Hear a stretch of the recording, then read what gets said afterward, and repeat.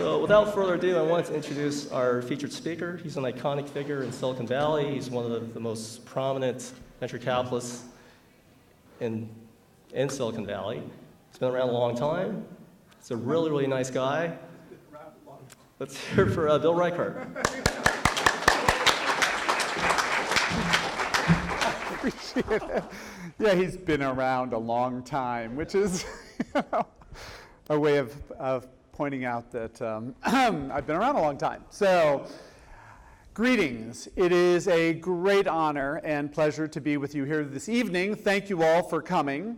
I want to also thank Rob and Idea to IPO for organizing this whole event, and the College of San Mateo and all the sponsors for supporting this event, and especially you guys for coming. It's, at this point we can't tell anymore, but this is, it's a little bit hard to get here, but it's great once you're here. It's a pretty awesome piece of real estate. And I also want to welcome our guests from Turkey. There's a delegation of entrepreneurs here from Turkey. Guys, can you raise your hand? All right. Welcome to Silicon Valley. So I hope we're going to have a little bit of education, a little bit of entertainment for you tonight, and you'll decide later on which is which.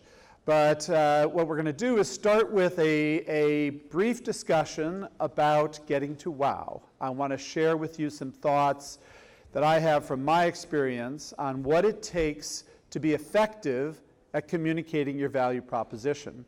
And then we're going to have several entrepreneurs. I think we're going to have 10 entrepreneurs? 9 entrepreneurs, whatever. So one chickened out at the last minute. Is that what you're saying? Okay, right. So we're going to have 9 entrepreneurs who are going to come on stage.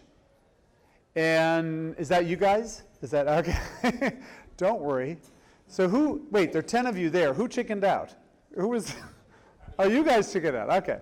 We're going to have some entrepreneurs come on stage and try their hand at getting to wow. Their objective is not just to wow me, their objective is to wow all of us. So that, of course, raises the question, what do I mean by getting to wow? Well, the reality you guys have in life, the reality we all have in life is, in fact, if somebody gives you the opportunity to do a 2-minute, 5-minute, whatever elevator pitch, you don't have 2 minutes or 5 minutes to get to wow. You have 20 seconds. You have 20 seconds to be compelling, or you might as well go home. That's our reality in life. And so the origin of this particular workshop discussion comes from the fact that I spent most of my career as an entrepreneur pitching investors and pitching customers and pitching other people. And then I've spent the second part of my career listening to entrepreneurs pitching me. So I have myself done hundreds of pitches to investors and hundreds of pitches to customers and to other people. And I have listened to thousands of pitches. And what I realized over time was both my pitches and everyone else's pitches generally suck. Right? But, we have spent a lot of time here in the Valley and around the world trying to coach entrepreneurs how to be better at pitching. And so the origin of this actually was started by a friend of mine calling me up and asking me, as a venture capitalist, would I come and judge an elevator pitch competition? So one of the things you get to do as a VC is you get to be on these panels where you judge these poor entrepreneurs who get up and do elevator pitches, right? And so I love listening to entrepreneurs. It's my favorite thing in the world, meeting entrepreneurs and hearing what they're doing, right? So I love listening to entrepreneurs. The challenge is that most of the time it's really hard listening to entrepreneurs. So my friend calls me up and says, hey, Bill, we got another pitch competition coming up. How'd you like to be on the panel? And I go, oh, really? And she said, wait a second. I thought you loved listening to entrepreneurs. I thought you loved hearing these pitches. And I said, well, I love entrepreneurs, but I don't so much love their pitches.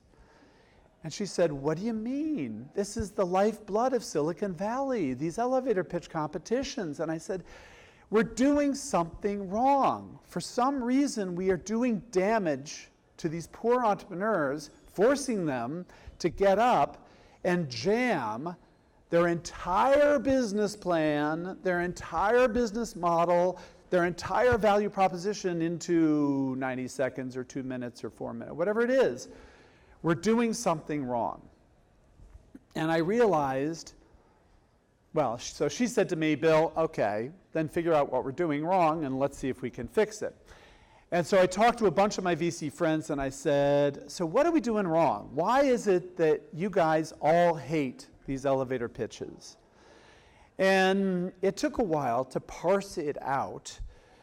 But what I realized, if you ask most VCs what's wrong with elevator pitches, they'll tell you that, entrepreneurs are trying to jam an entire business plan into 90 seconds. And that's not the basis of good communication. So the reality is that you've got to figure out in that first 20 seconds how to get to wow. Otherwise, you're not going to be successful. So that's what we're going to talk about this evening. And that's what I'm hoping you guys are going to do later on. So what's the trick? What is the trick to being effective at communications? Well, it goes back to human anatomy. And you're going, huh? Where's he going with this? So let me show you. What we know from paying attention to communications is that an effective communicator engages 3 body parts. First body part, obviously the head, right? What you say has got to make sense. It's got to be logical. I got to understand it. Of course. But this is where we spend 99.5% of all of our advice to entrepreneurs goes to appealing to the head. Now, when I was an entrepreneur, I thought that was the whole deal. I thought the whole point of pitching to investors was to build an analytic, logical, fact-based, data-driven, evidence-supported argument. It was a legal brief. And if you pack your presentation with all this logic and evidence, that was the key to being successful. And that's probably how most of you have been trained, right? It's to make a logical, compelling, analytical, data-driven argument. That's how we spend most of our time thinking about how to create an effective pitch. But that's not good enough. In addition to engaging the head, you also have to engage the heart, right? So we know that humans don't do what is logical. Humans do what they want to do. And believe it or not, VCs are humans. I know you're skeptical. Right. You can pass judgment at the end. Okay. So the comment up front here was, prove it. That was it. So for those of you who didn't hear in the back. We've actually, it's kind of amazing. This is intuitive to all of us, right? We all know that human beings make decisions with their hearts, not just with their heads. But stunningly, we've actually given out Nobel Prizes to economists for having the profound insight that human beings don't always do what is logical, right? But we all know this. You have to figure out how to appeal to the heart. But there's a third body part. There's a third body part you have to appeal to, which is, never mind, It's the gut. The third body part you've got to appeal to is the gut. And you know what I mean, right? All of us have an instinctive reaction to each person that approaches us. You know, we either instinctively trust them or we instinctively recoil, right? So, you know, some sales guy comes on to you with double-barreled guns, right? And your instinct is to recoil. Somebody who seems open and, you know, confident and assertive, whatever, you're more willing to listen to. The point is, all of us have this immediate gut reaction. Whether you know it or not, you have an immediate instinctive conclusion you form in your head about everybody who approaches you. So in order to be effective communicating your message, you got to pass the gut check, right? So head, heart, gut. Which do you guys think is the most important? Gut, heart. Did somebody say? It was interesting. Somebody did say head, right? Heart. Okay. I think it's the heart. I think it's the heart. So again, to the point I made before, at the end of the day, we do what we want to do. Now, how does this apply to venture capital, entrepreneurship, pitching, and all of that?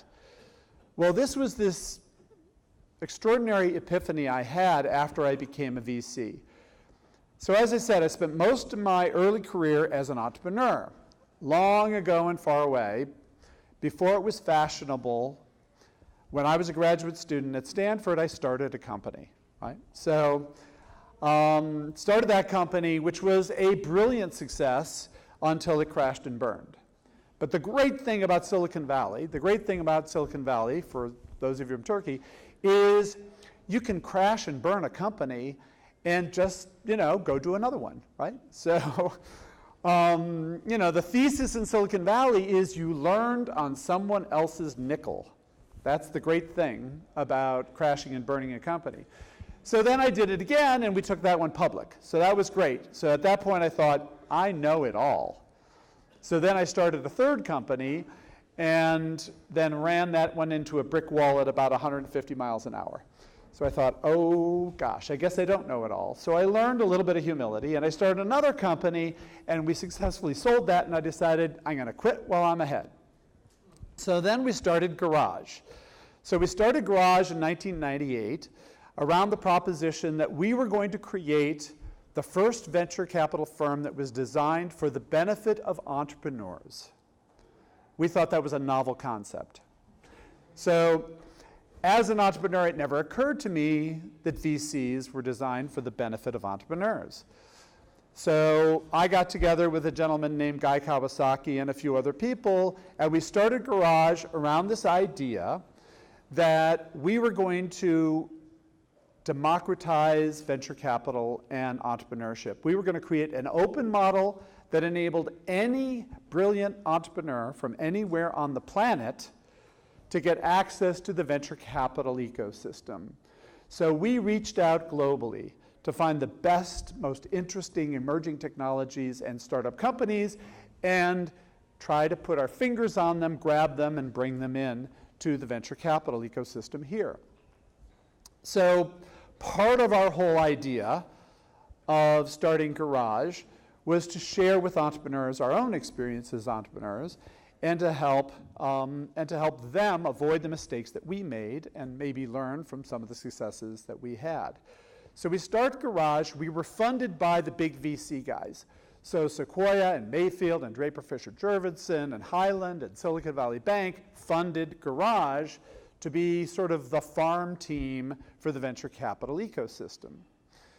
So now I get all this money from all these VCs to become a VC. And so I go to them all and I say, okay guys, now that I'm one of you, what's the secret to how you invest?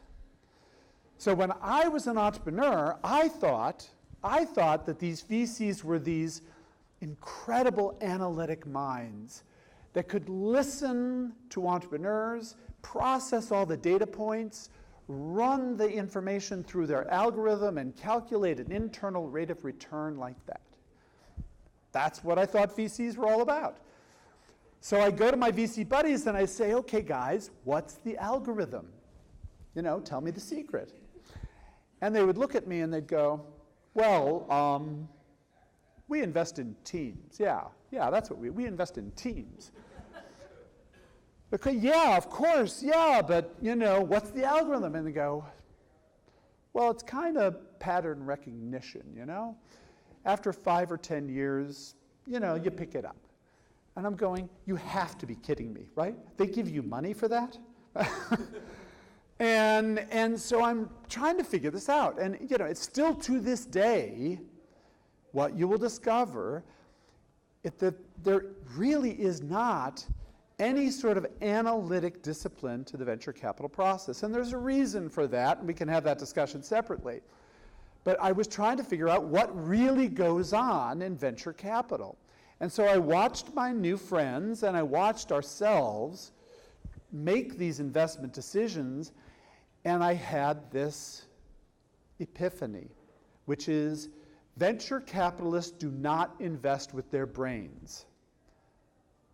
The way investors invest is first they fall in love. They fall in love, and then they've got to have enough in their brains that they can go back to their partners and explain this company that they fell in love with. So the secret to be successful with an investor, or I would say with a customer, or I would say with a partner or a potential employee, the secret to being successful in any communication is you've got to figure out what it is that is lovable about you. You've got to figure out what's going to make them fall in love. And you have to lead with that. Because if they don't get engaged emotionally, if you don't engage their heart, then they're never going to go, wow. Because wow is an emotional reaction. It's not an intellectual reaction. And if you don't get them to say wow, then you're just one of the pack, right? Then you're just part of the noise that's out there. In order to be successful in the real world, you got to rise above the noise. And the way to rise above the noise is to engage the heart and get them to say, wow. So that's what we want to try to talk about today, how to get to wow, how to get them to fall in love with you. Now, by contrast, let me share with you some examples of typical elevator pitches that we get. So typically, this is the sort of thing we get from entrepreneurs that walk into our office. So this is a mashup of stuff we hear all the time. CoolCo is a dynamic startup company that has developed a revolutionary technology that's going to disrupt our $56 billion industry. Our team has over 45 years of combined experience, and we have 3 patents pending. We project that our curve-jumping, paradigm-shifting solution will transform the blah, blah, blah, blah, blah, blah, blah, right? That's what we get all the time. You know, and that's great because we tell entrepreneurs we want you to be passionate, right? Lots of passion there. So at the other end of the spectrum, this is a team that actually walked into our office and they actually said this. They said, we use a 2048 Diffie-Hellman key exchange and 256-bit triple DES to provide impenetrable encryption for IoT devices. Yes! So, I mean, now, the great thing about Silicon Valley is I bet a third of you know what that means, right? But there are not 3 venture capitalists on Sand Hill Road who know what that means, right? So the reality is this is where your listeners wind up, and this is where you wind up. So you do not want to be here, right? So what you want to do is figure out how to get to wow. And so what I want to share with you is some tips on how to get to wow and some tips how not to get to wow. So first one I want to talk a little bit about is the common pitch coach wisdom. And what I want to suggest to you is that a lot of what you may have heard or read from pitch coaches will lead you astray. And I don't mean to say that pitch coaches are all bad, because there's a lot of value in what pitch coaches are teaching. But what I'm saying is, in that first 20 seconds, in that very beginning part of how you communicate your value proposition, the pitch coach wisdom will lead you astray. So what are the things that pitch coaches tell you?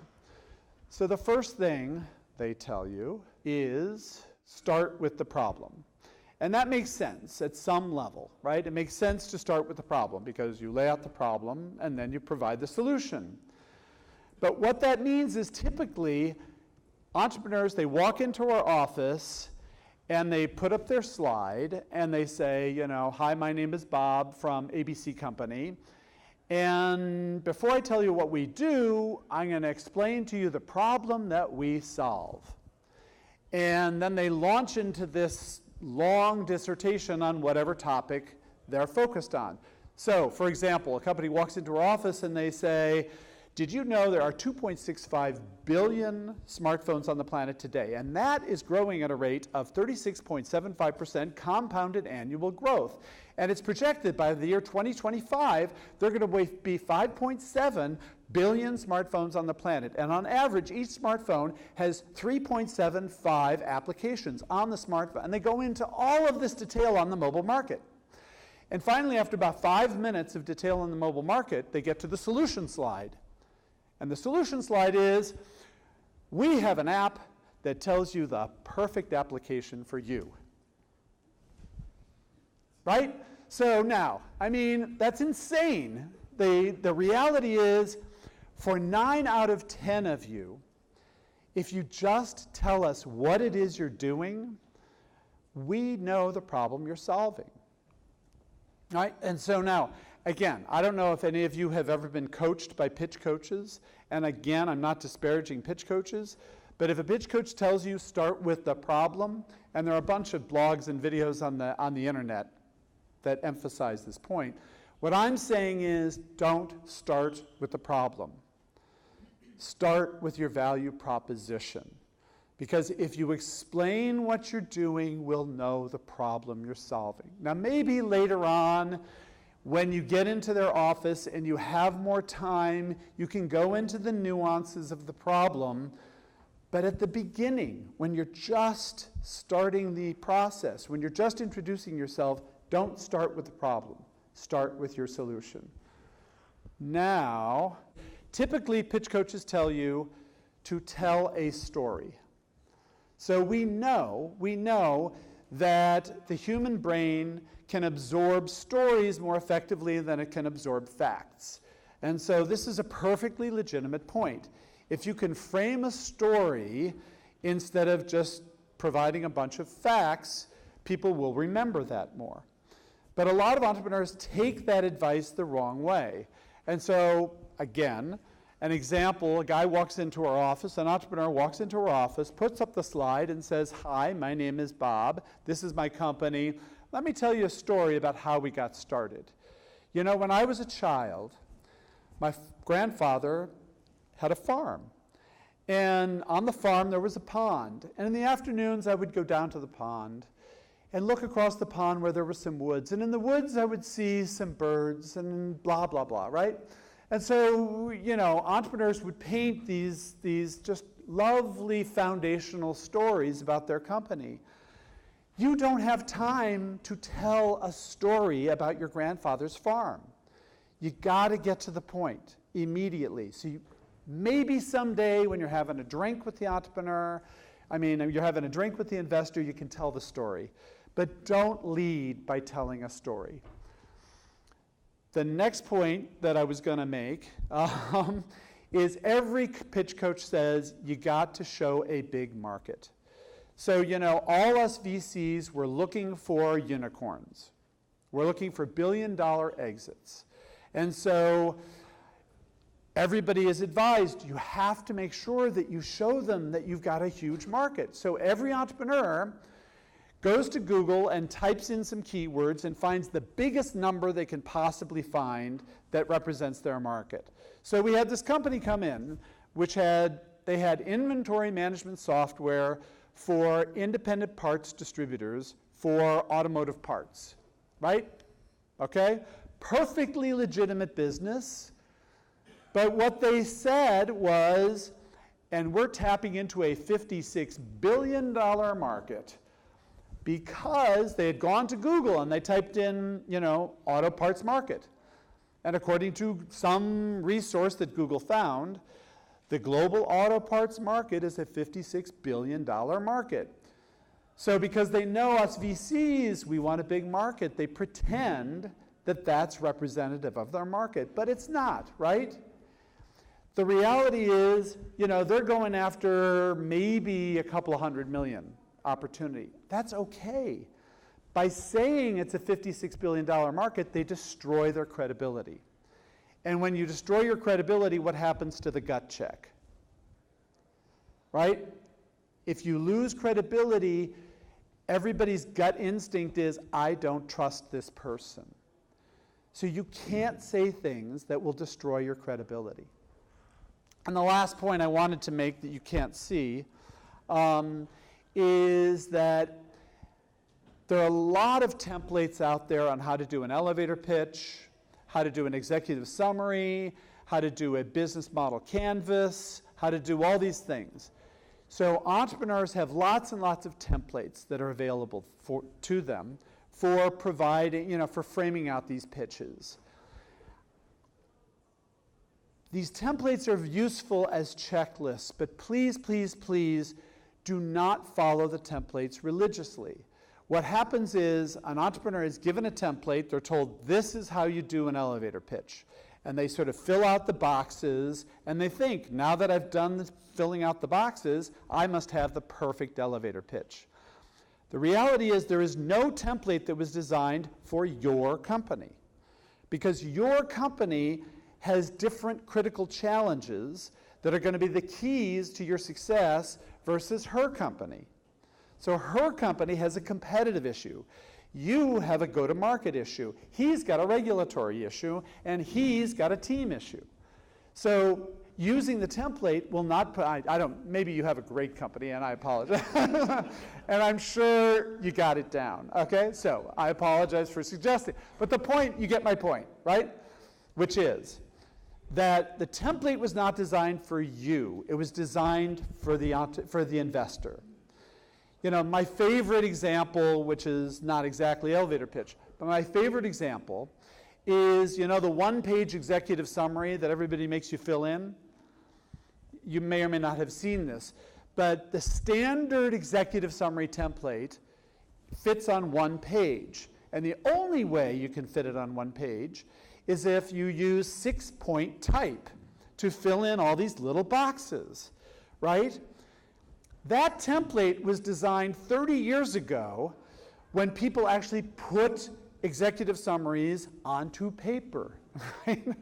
And somehow it was important to save paper. But it has no relevance in the real world. It was designed for the convenience of someone else. It is not in your interest to follow that template. So if you see somebody give you a one-page executive summary template that has 16 boxes you're supposed to fill in, tell them they are full of shiitake mushrooms. Sorry. Do not follow that template. You have to use it as a checklist in order to design your own way of communicating, all right? The point is, if only this were formatted correctly, that none of these pieces of pitch coach wisdom will in fact get you to wow. What you've got to do to get to wow is in the first 20 seconds, you've got to fulfill the 3 key C's, I call them. You've got to meet these 3 criteria. In the first 20 seconds, you've got to be clear what you do. You've got to be compelling. In other words, you've got to communicate a value proposition or a benefit that makes it clear how you are better than anyone else. And then you've got to be credible. You've got to offer some evidence that enables us to believe what you're saying. So you have to be clear, you have to be compelling, you have to be credible. You'll notice this maps. Be clear. It's got to be logical. Be compelling. It's got to engage the heart. Be credible. It has to pass the gut check. So be clear, be compelling, and be credible. Now, if you can figure out how to articulate your value proposition in 20 seconds following these rules, that will get you to wow for your target audience, right? You know, it may not excite your mother or your brother or your aunt, but, you know, a good customer, a good potential employee, a good investor should be interested in what you're saying if you can figure this out. So now, the whole idea of getting to wow is not about elevator pitches. So I don't want you to confuse this discussion as a discussion about elevator pitches. This is really a discussion about communications. So if you can figure this out, yes, you can use it when you're pitching to investors. So this should be the first 20 seconds of any pitch you make. Whether you have an elevator pitch, or you've got a 10-minute pitch, or you've got a full-hour boardroom session with investors, this should be your first 20 seconds. You've got to lead with this. You've got to get them engaged in the first 20 seconds. But you also need this in all these other circumstances where you're trying to communicate with prospective customers. So for example, when you're talking to customers, you got to engage them in 20 seconds, right? You're at a trade show. You don't have an elevator pitch amount of time to talk to somebody at the shrimp bowl, right? You got to figure it out. When you're schmoozing at events, when you're posting updates, when you're recruiting employees, when you're looking for strategic partners, when you're sending out emails, how do you get somebody to open an attachment? How do you get somebody to open the email? How do you get somebody to follow up if you don't get them to some level of, wow, this is amazing? You know, what do you have on your website? So I guarantee almost every one of you, right, if I went to your home page, you would have the name of your company and you would have some tagline. And probably the tagline is something you guys love because, you know, you and your founders came up with this tagline and you think it somehow captures the essence and the spirit of why you started this company. But almost certainly, it doesn't explain what you do in any way that's clear and compelling. So you don't have 500 words to explain it on your website. You've got to explain it in a short amount of words. You know, when you're leaving voicemails, this is one of my favorite ones, right? So people call into Garage. Believe it or not, nobody answers the phone, right? Nobody answers the phone at any company anymore. Well, maybe that's not true. But so surprisingly, if you call into Garage, you're going to get a message. And basically the message will tell you, depending upon what you do, here's who you email. So, and as a last resort, you can leave a message. So amazingly, we still get these messages. So you listen to the message on our system, and these people, you know, it's like they're stunned at the idea that they have to leave a message. So we get messages kind of like, hi, this is Tom, and we got a company, and we're looking for money. Could you call me back? I am compelled, right? So, you know, press releases, marketing materials, you know, what do you use for your boilerplate? You know, your team training, you know, the point is, if you get this down, you can use it all the time. So you've got to figure this out. It's not just for an elevator pitch, it's for all of your communications. So how do you do that? I'm going to give you a 3-step approach to how you do it. Now, you guys and maybe too late for you. Right? We'll see if you can adapt, in the next 10 minutes to figuring this out, but, or we'll see how close you are. For the rest of you, here's a framework for getting to wow. Step one. Step one, your first sentence should be a clear statement of what the heck you do. The number one complaint investors have about entrepreneur pitches is, I couldn't figure out what they did. It's amazing, right? That was the point of that first elevator pitch. It's amazing how many entrepreneurs cannot figure out how to be clear about what it is they do. So, what is the one sentence that explains what you do, framed in the terms of what you do better than anyone else? So what I encourage entrepreneurs to do is, don't say you have a curve, jumping, paradigm-shifting, disruptive, transformative technology platform, right? That is easy to use, right? Use simple, business journalist language, like Wall Street Journal or TechCrunch or whatever, to write the sentence that anybody would understand what you do, right? I don't want IEEE, I want TechCrunch language, right? So that anybody can understand what you do. This sentence is unbelievably hard for most entrepreneurs.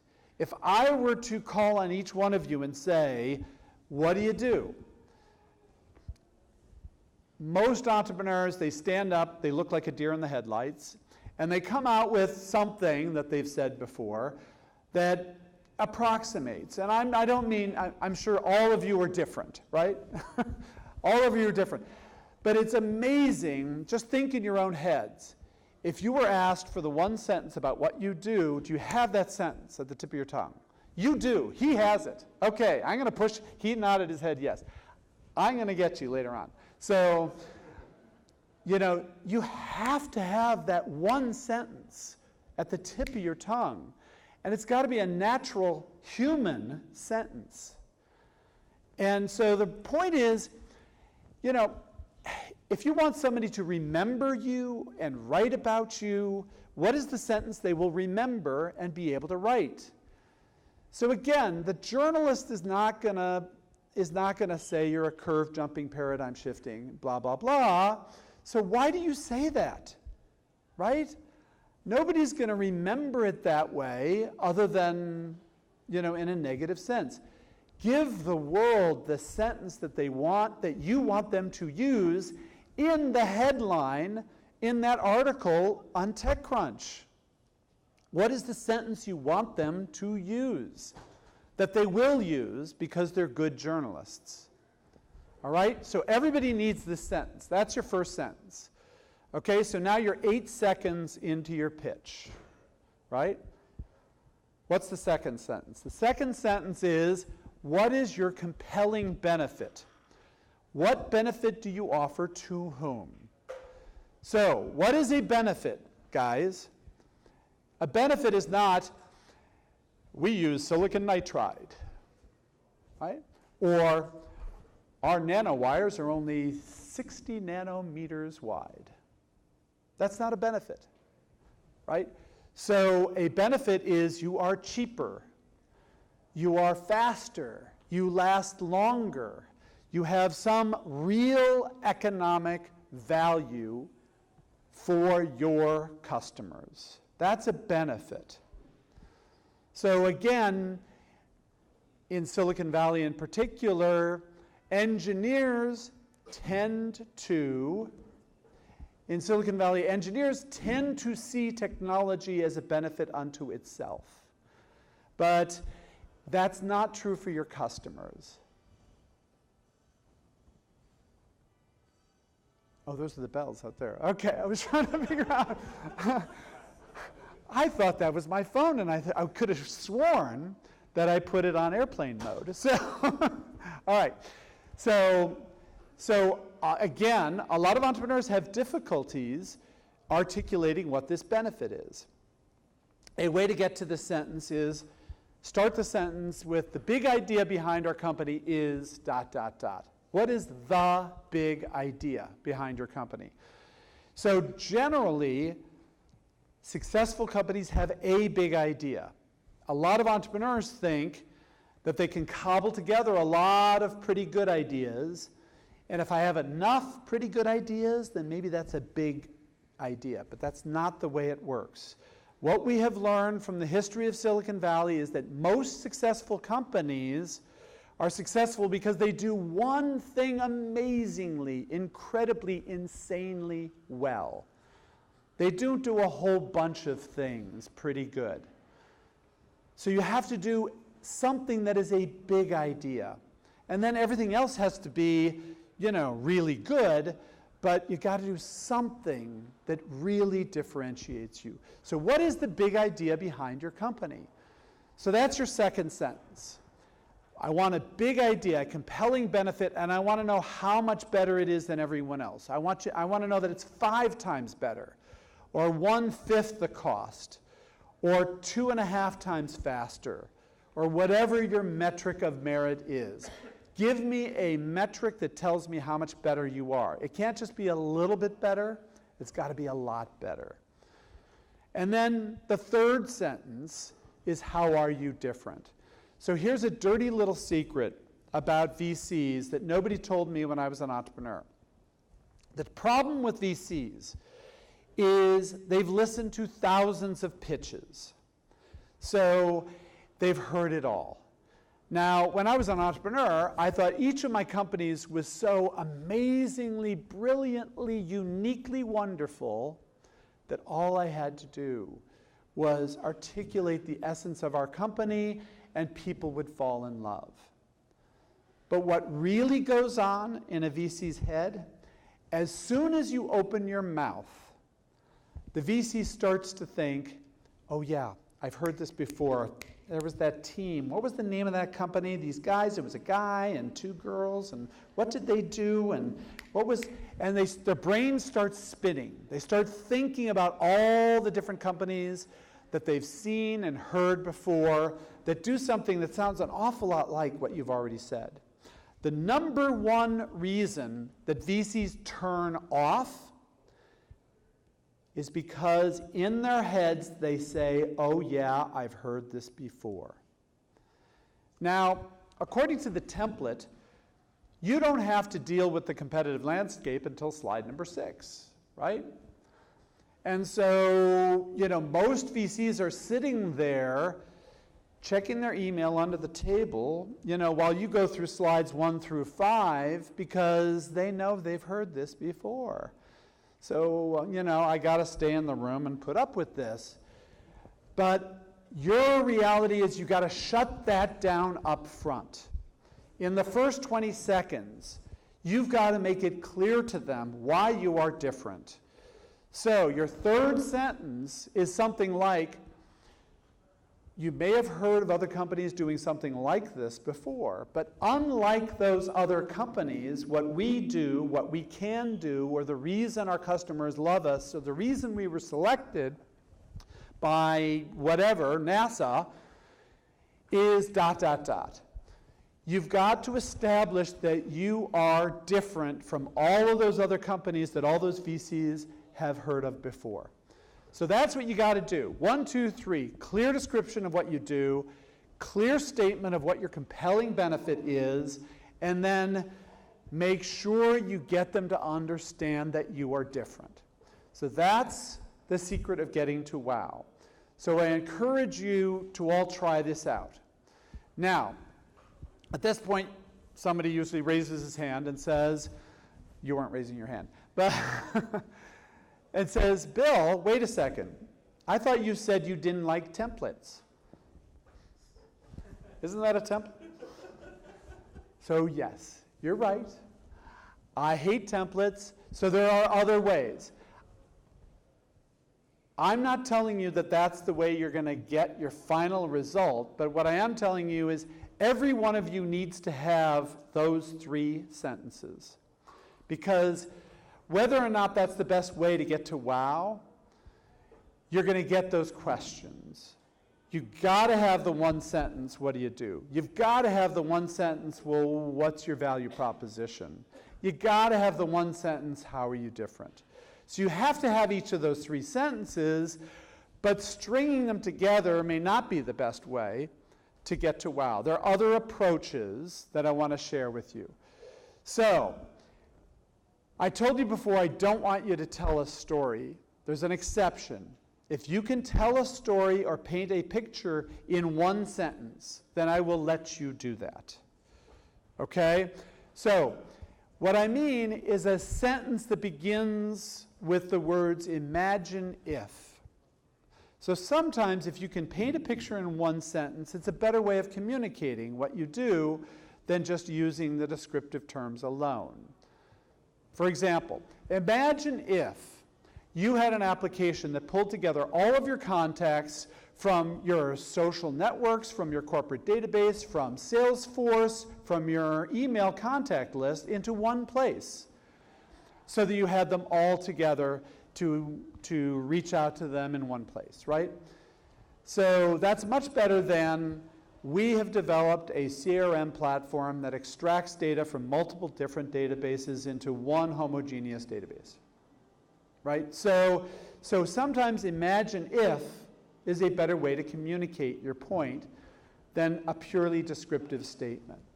Other things you can do is you can use an analogy if an analogy is a more effective way to communicate what you're doing. Great example, long ago, this is before there was YouTube, a team walks into our office and says, you know, there's a lot of video on the internet now. Well, we're going to be the TV guide for the internet. Right? Great analogy. I know exactly what they're doing. More recently, last year, there was a flurry of companies. They came in and they said, we're going to be the Netflix for ebooks. Right? So you know what they're doing right off the bat.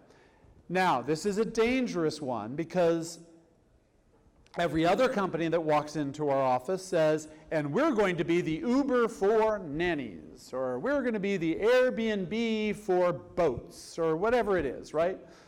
So be careful that you don't exaggerate and destroy your credibility using some of these analogies.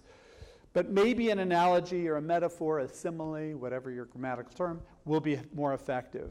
And then a totally different approach.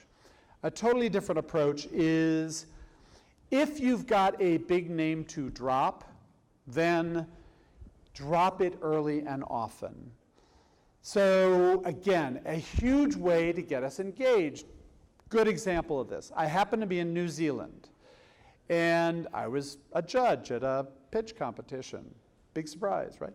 So this woman gets up and says, hi, my name is Claudia, and I'm the founder of Massive Software. We do special effects software for the entertainment industry. Last year, we won the Academy Award. And then she goes on to talk about what her software does. And I said to her, you know, at the end of her elevator pitch, Claudia, you had me at Academy Award, right? So now, so wait, how many people here have won an Academy Award, right? Okay, maybe not. But you know, the big counterexample. The counterexample was a team comes into our office 55 minutes into their presentation. They put up the team slide. Because that's what the template said, right? The template said you put the team slide at the end. So we get to the team slide, and there on the team slide, it says that one of the co-founders is a Nobel laureate. And we go, whoa. Are you serious? Bill Sharp is one of your co-founders? Seriously? And they go, yeah. And we said, well, why didn't you tell us this? They said, well, you know, we wanted to end with a bang. So we said, yeah, but you know, if you had told us this at the beginning, we would have listened. So, right? So if you've got something exciting, lead with it. Don't toy with us that way.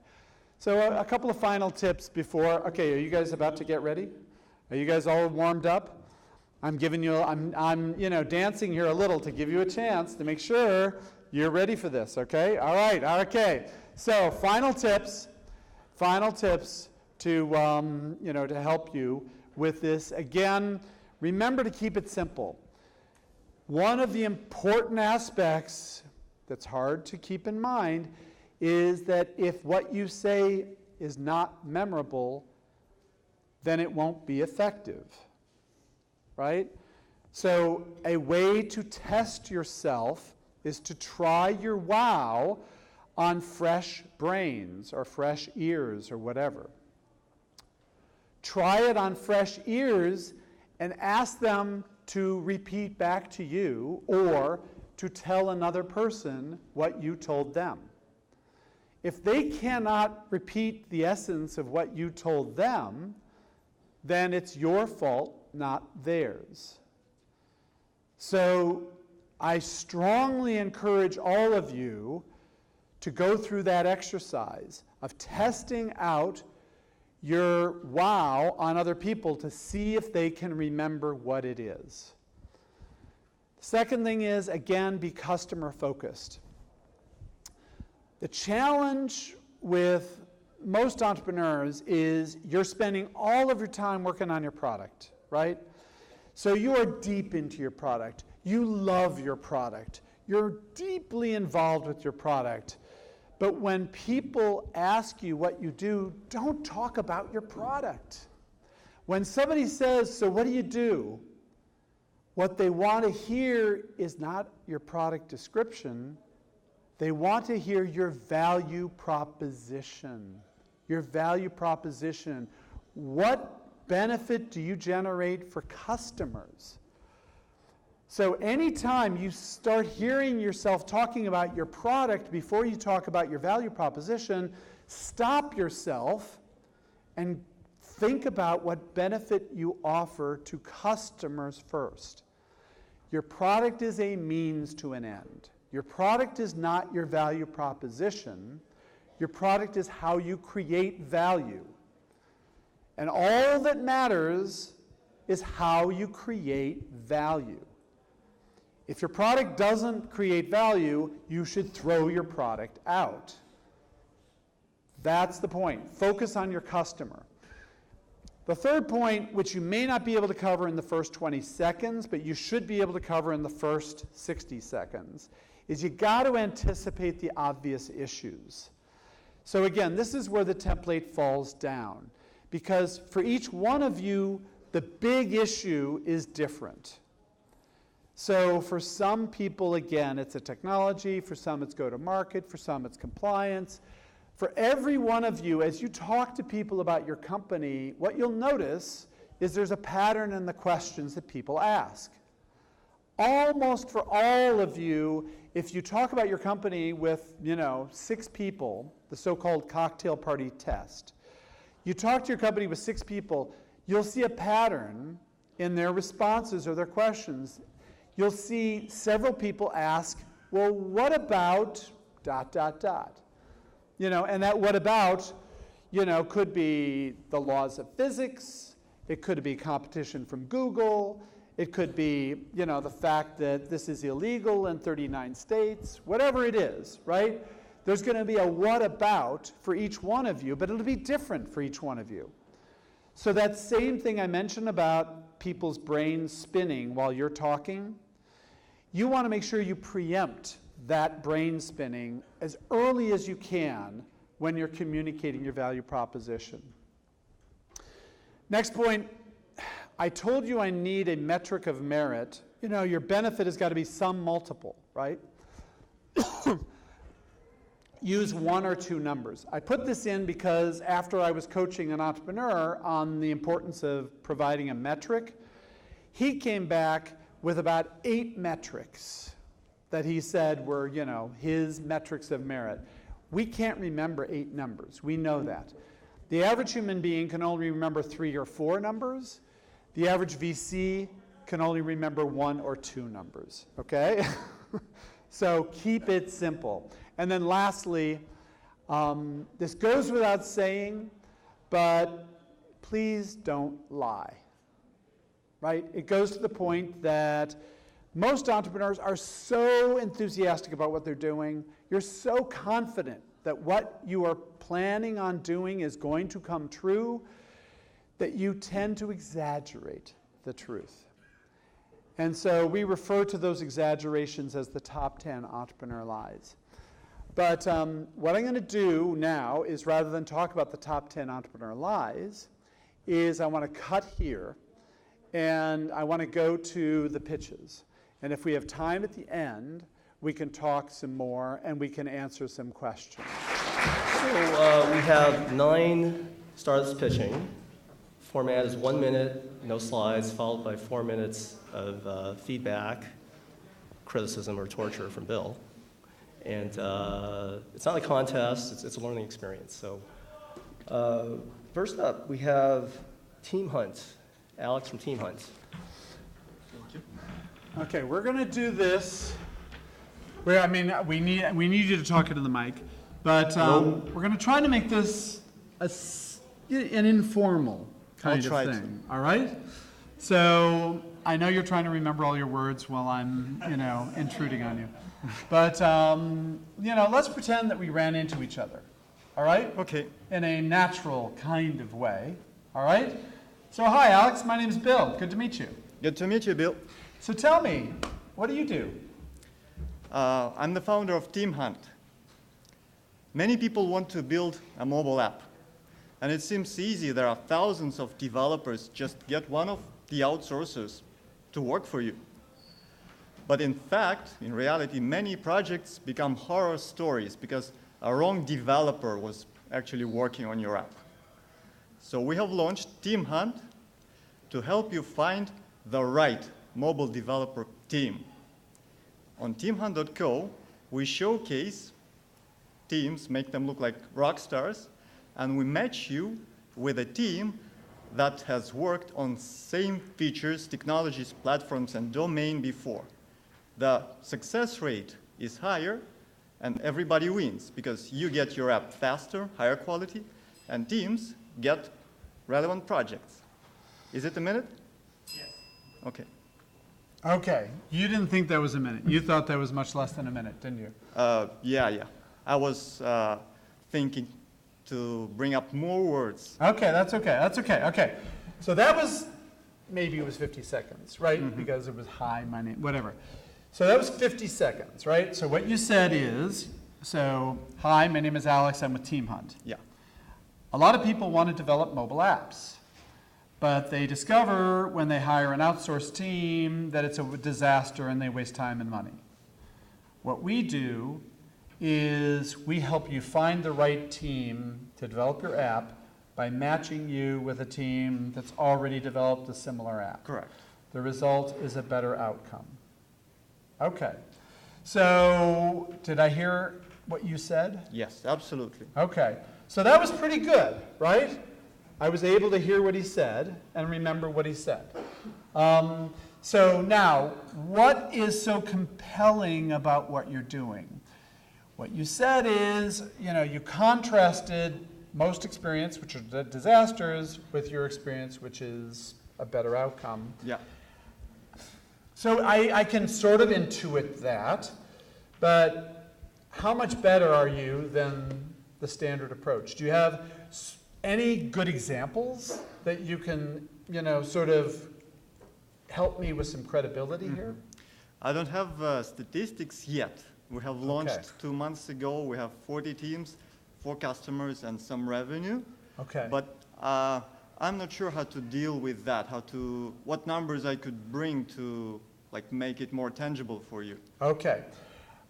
So what would have helped, so intuitively it makes sense. I need some compelling benefit to go, wow. This sort of makes sense, but is it, are you gonna try to raise venture capital for this, or are you gonna bootstrap this, or what's your plan? We are bootstrapping and thinking about raising capital. Okay, you're thinking about raising capital. So if you want to raise capital, you got to make it a little more compelling. Okay. So now, presumably, you're going to be able to make the case that for example, I'm making this up, and I encourage you not to, okay? But, typically it costs $85,000 to develop a minimum viable product for iOS and Android. With our approach, our clients have been able to reduce that by 35%, or, and 2 months, or whatever it is, right? So I want some, so right now, all of that is just a goal, right? You don't have the data that proves it.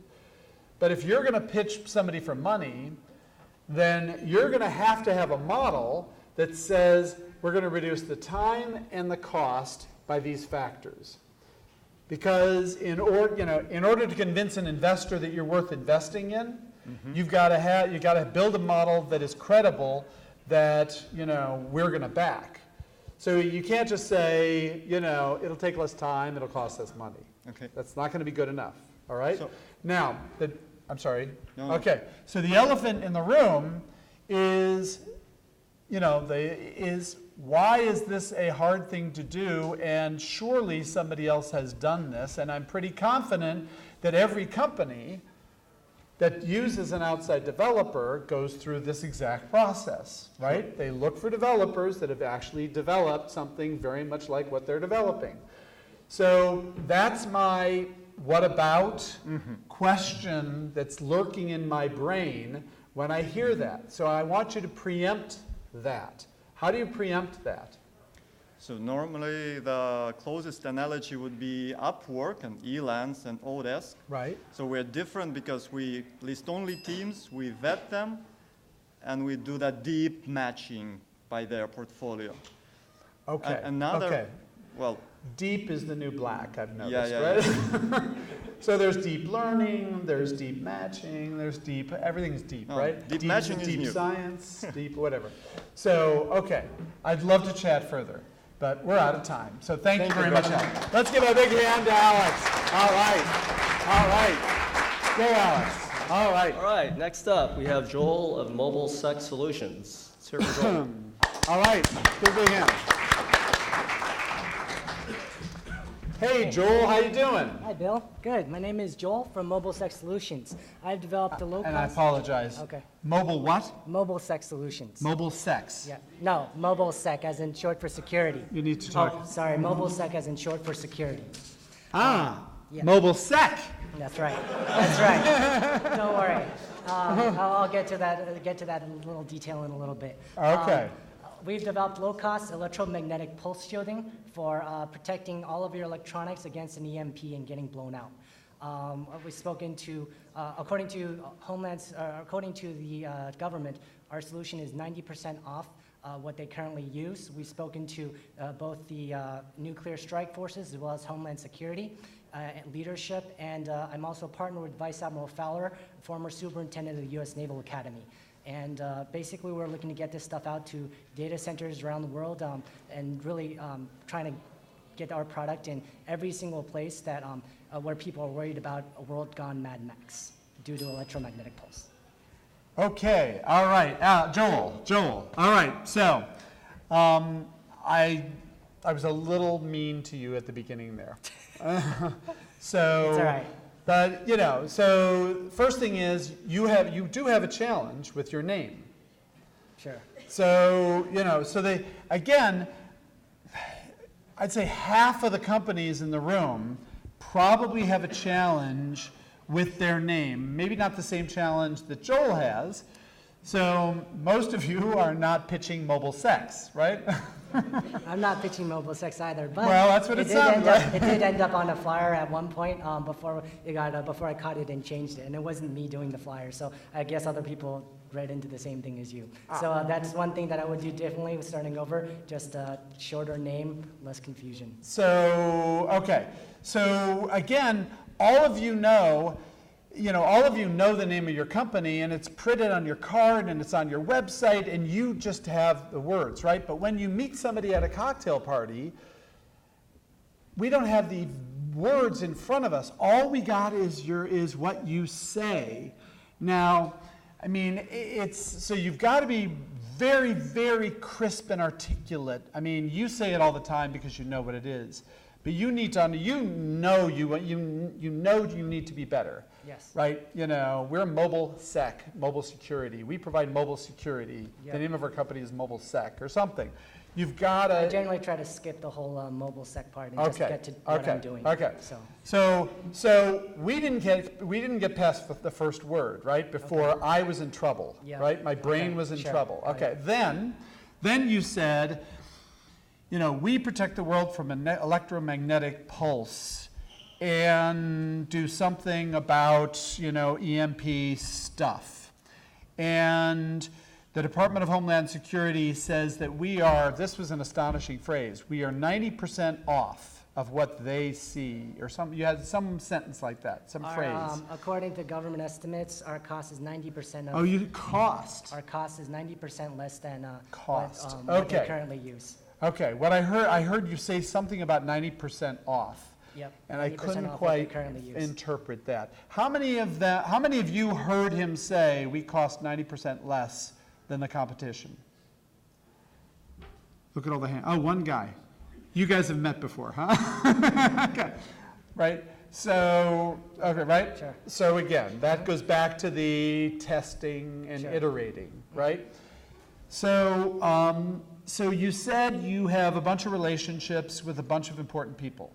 Admiral Fowler, I heard that name. And so, okay, you're trying to build your credibility. I'm still struggling to understand what you do. We make a bag that protects all of your electronics from electromagnetic pulse. Oh, that's why you brought that up. Yes. Okay. All right. Was it obvious to all of you what this was? It's not obvious to anyone, though, to be honest, because nobody Okay. knows what electromagnetic pulse shielding So then is what like. good was it to bring this up? Well, now you know. Okay. So, thank you. So what I heard was, okay, now I understand. But unless you're walking around and you shove that in my face and I see what you're doing, you didn't make it, right? In the first 60 seconds, much less the first 20 or 30 seconds, was I really able to get what you were doing. So I'm being tough on you. I'm sorry. No, that's all cool. right? That's Okay. cool. So I'm just encouraging you to stay away from this EMP Homeland Security language and get more clear about what it is you do. All right? Okay. Okay. Thank you very much. Okay. All right? All right. Thank you. Okay, next up we have Tringling and Mindy. Let's hear it for Mindy of Tringling. All right. Hey, Mindy. Good to meet you. Good to meet you. There we go, very short, I know. I'm Mindy, CEO of Tringling. So Tringling creates unforgettable experiences for travelers. Our travel and mingling Tringling platform allows users a way to connect, book, and share memories that last a lifetime. So just picture relaxing on a yacht cruise with 20 people. Would you want to be with a group of fraternity brothers, families with crying babies, or people who are within your age group and share your interests? So Tringling solves your travel problems by providing the convenience of booking your tours directly, connecting and keeping in touch with your travel friends, saving your time and effort planning by using our suggested events and users, and especially making your money go farther. So I'm currently working with my mentor, who is an angel investor, and raising money. So Tringling, travel and Tringling, we are passionate in creating unforgettable experiences for travelers. Okay. All right. So Mindy with Tringling, I can more or less hear the word. I get that. So Tringling creates unforgettable experiences for travelers. Travel and mingling. We connect, book, and something, your travel experiences. How would you like to be on a boat with fraternity brothers or crying babies? No, you want to be with your own kind.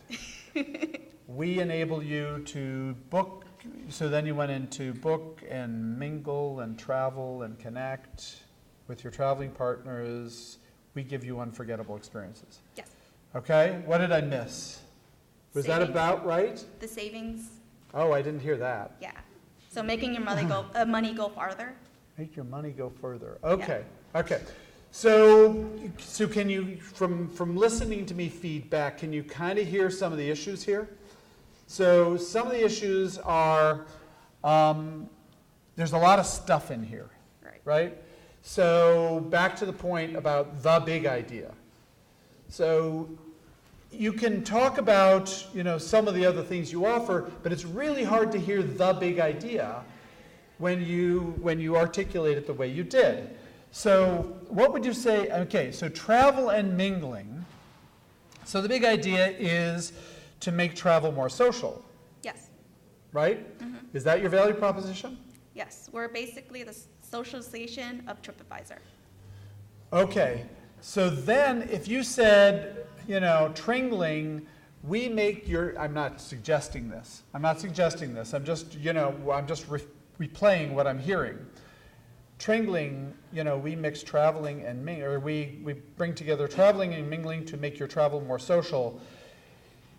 How's the world going to react? The world's going to react, the challenge you're going to have is, well, gosh, aren't there a bazillion ways that make travel more social?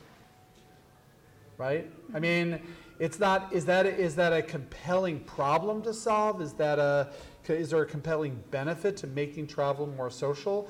I have all sorts of tools out there to connect with people all over the world, right? Well, the thing is, when you book a tour, Yeah. they just randomly place you based on the date and the time span that you're going to spend there. Right. But then being able to control who you're going with. But that's say- what Stanford Travel's for, and Harvard Travel is for, and and Sierra Club Travel is for, and all these specialty travels that enable you to travel with your own kind, right? Right, but you can't just always go with them. I mean, this is within your control. And you don't have to Okay. interact with a third party just to do that. You can just click as if you're going to book a tour anyway. Okay, so all I'm saying is it's not crystal clear exactly, how you're enabling me to travel with my own kind. Because I'm lost in I guess I couldn't quite follow the booking and the cost savings and that whole thing. I think you need to boil down why this is different than, Stanford Travel or Sierra Travel or, one of the other specialty travel things. Because it's still not obvious to me, how you can really enable that unless I actually get my own friends together by myself. Is that what you're saying? No, we actually have a predictive analytics Okay. algorithm behind that based on your interests and Okay, where all right. you've been, and then we just combine all that together. Okay. So, I sort of get it, but, it was, and again, I mean this with all the best supportive, constructive feedback. It was a little bit muddied, right, in terms of exactly what you were doing that nobody else could do as well, right? So it's critically important that you communicate what you were doing that nobody else can do as well as you can. So if I'm thinking there are lots of other people who can do this sort of thing, it's going to be harder for me to get excited. All right? Okay, great job. Thank you. All right. All right. So next up, we have after seminars and Piotr. Let's hear it for Piotr and after seminars.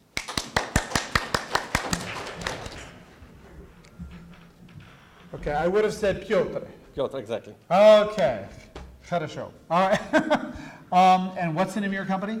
After seminars. After seminars. Exactly. After seminars. Okay. Geez, okay. All right. So tell me a little bit about after seminars. We are helping training companies and coaching companies to keep the knowledge in the learner's head.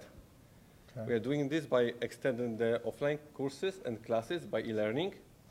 As a result, the effectiveness of the seminars are bigger, so the trainers can charge the customers more, and they increase also the customers' lifetime.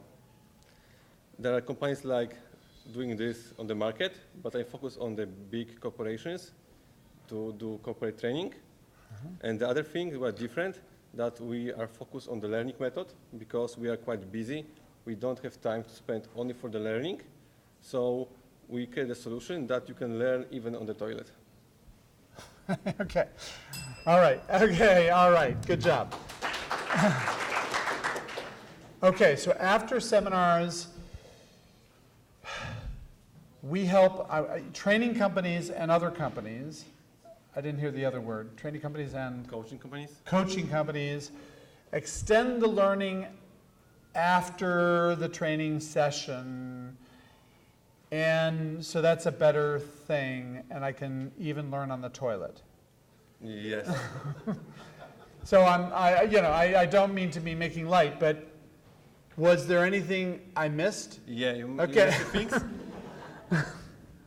What? What did I miss? There was okay. You've got a pedagogy, right? So you're smart about training. Yeah, you miss the thing that as a result, the learners get more from the training. Right. So they have the results of Right. the training. Okay. So the training companies can charge them more for this. And they also are happy with Okay. after one training, so they buy the next one and the next one and the next one. Okay. All right. So what is, in one sentence, what is your value proposition and for whom? Okay, we have value proposition for training companies and is to increase profits. Okay. Okay.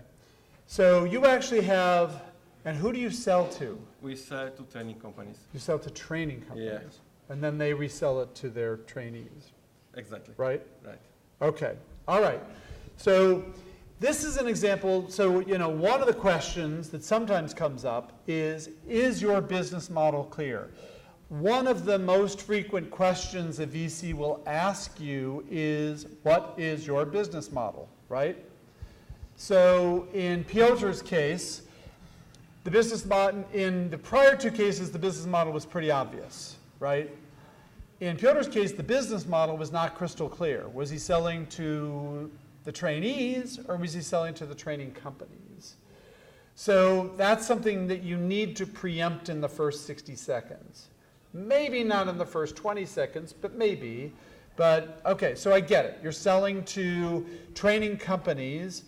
You're providing them with materials that extend their training to beyond the training session, which causes it to be more effective, which causes customers to value it more, which causes them to pay more, which causes them to upsell or to up purchase. Yeah, exactly. Okay, okay. Do you have any, so the other elephant in the room here, the other what about question that investors are going to ask here is, do you have any evidence that it actually works? Yes, we have testimonial for our training companies and also for the learners. Both sides are happy with that. They're happy. Happy? Are you happy? You're happy? Okay. You're happy. Are you happy? Are you happy? Okay. So happy is okay. It's good. It's not good enough. Mm-hmm. Are they ecstatic? Are they wildly enthusiastic? Yeah, they are. Let the record show the witness nodded, right? So, okay. So you know where I'm going with this, right? Mm-hmm. Do you guys get what I'm trying to do to poor Piotr here, right? So if you want to get to wow, you can't say, well, yeah, we have customers. Yeah, and they have testimonial. Well, yeah, they're happy, right? Right? That's not going to do it, right?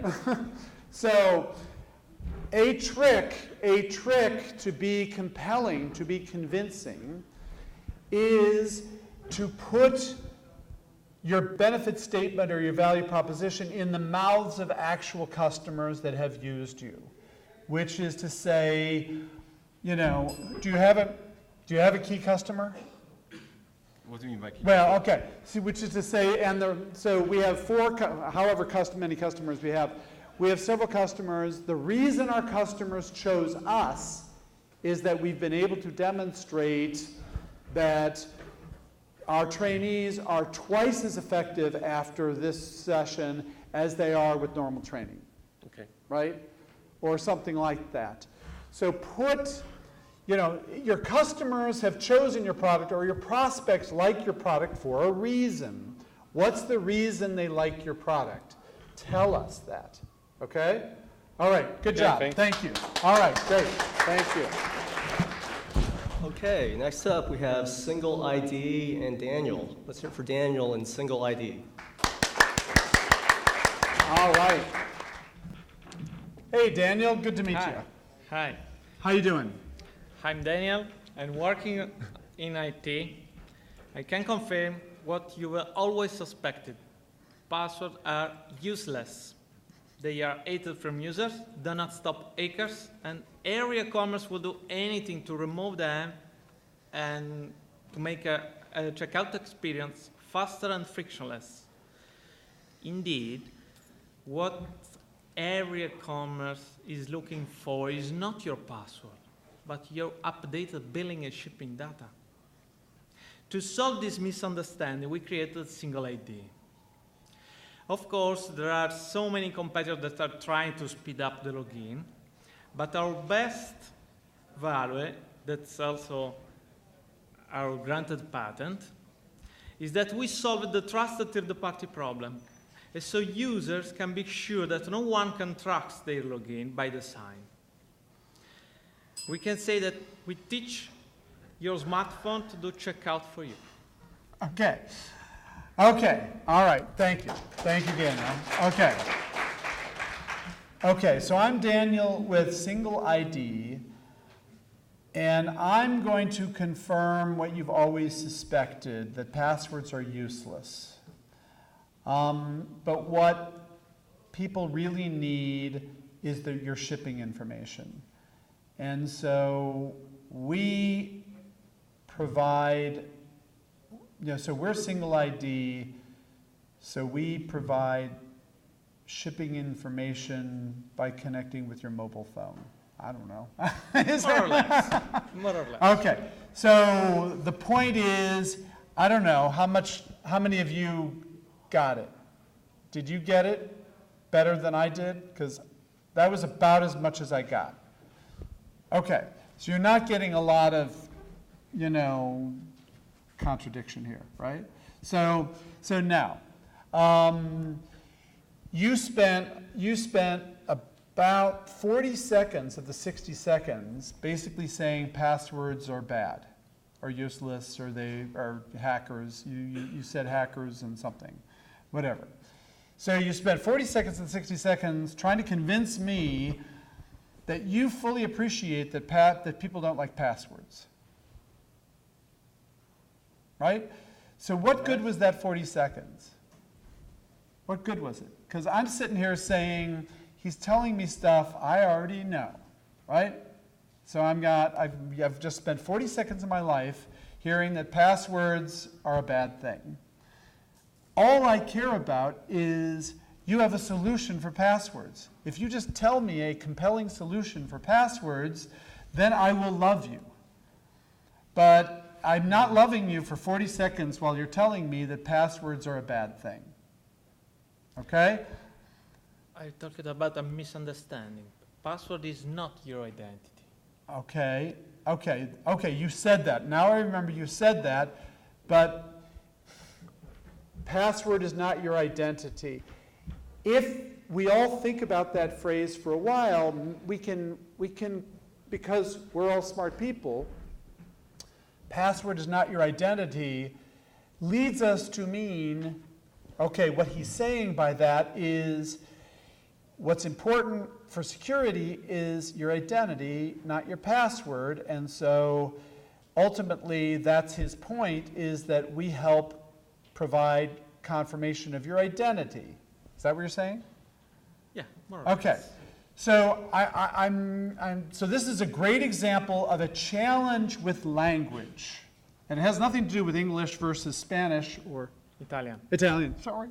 I'm sorry. I'm afraid. I'm sorry. It has nothing to do with English versus Italian. It has to do with the way the brain processes. And the problem that every entrepreneur has is you know too much. Every entrepreneur is too smart to be effective at communicating. You're too smart because you know too much about your domain. And so when you say a sentence like your password is not your identity, to Daniel, that's a compelling statement. That's a profound insight. To the rest of us, we've got to process that, right? Yeah. So we have to process it because it's not, it's not autonomous in our thinking what that means. For you, you know what it means. So you have to be really careful what you say to make sure that we can actually understand it without having to process it. Because as soon as you say something that we have to figure out, then we stop listening to you and we start figuring it out. So that's, again, why you need to test your language on a smart layperson to make sure that they can remember and process what you're saying and then repeat it back to you. If they can't, I could only repeat back about 15 seconds of your 60 seconds, right? Because I just, right? I couldn't absorb and process, and then I condensed the whole thing about passwords down to 5 seconds. So keep it simple, get to the point, and make it easy for us to process, okay? Okay. All right, good job. Thank you. Thank you very much. Okay, I'm hoping that this is coming across as constructive criticism, right? I'm not trying to beat you guys up. I'm trying to use this as examples, right? So far. All right. No, I'm very warmed up. sensitive. I'm very sensitive to the comment at the beginning when I said, believe it or not, VCs are humans. Believe it or not, VCs have a heart. And this guy said, prove it. Has So I'm has kind Bill of proved disproving it the yet that point, it's got right? a heart? All right. Anyway, next up we have Lonely and Alex. Lonely and Alex. All right. Hey, Alex. Good Hey, to Bill. meet you. Yeah. Well, thank you very much for your time. My name's Alex. So we help consumers do their mortgages cheaper and faster through artificial intelligence and automation. Okay. So I'm a mortgage broker myself. I've originated more than $300 million worth of loans in the past 5 years. And I had 10-year web development experience with freecreditreport.com. So imagine if you have a genie that will not only help you to shop for mortgages, but also help you to deal with the lenders directly, right, with all the paperwork, okay?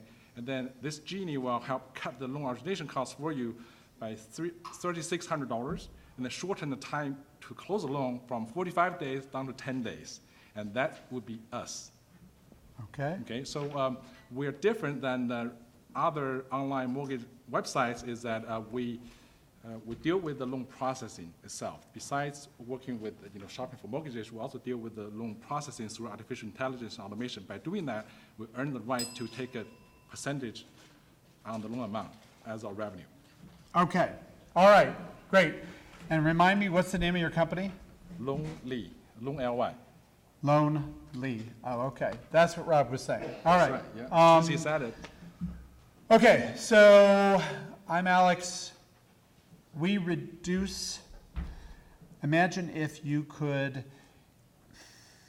get your loan faster, cheaper with artificial intelligence and automation. I spent 5 years as a mortgage broker and 10 years as a web developer. And imagine if you have a genie, and the genie doesn't just help you find the mortgage, but helps you deal with the lender. The difference between us is we deal with the loan processing, not just other stuff, which enables us to save $3,600 and reduce the time from 45 days to 10 days. Correct. What did I miss? Is that pretty good? Pretty good. Okay, so that's not about me, it's about you, right? So the fact that I heard that much was to your credit, right? Okay. So that was good, Okay. So now, the language was processable. I was able to recall it and recover it. What I can't recover is getting excited. right? Wow. Okay, All right. right. So now at the very end, you started getting there, $3,600 and 45 to 10. So that, that was at the very end, and you should have led with that. Okay. So what I'm saying is, you enable people to find mortgages using AI and automation. So that's not a great sentence, Okay. right? Because AI and automation is not a benefit, It's it's Right? mean. Yeah, it's mean. Yeah. and so it goes to the, great, AI, that's just the classic, well, technology is great, so if I talk about technology, that must be compelling, right? Yep. Yep. But what's compelling is that you save whatever, 3,600 kind of sits out there as a random number. I don't know if that's a lot or a little, actually. Okay. It kind of seems like a little. But, so I'm not sure, how to help you on that.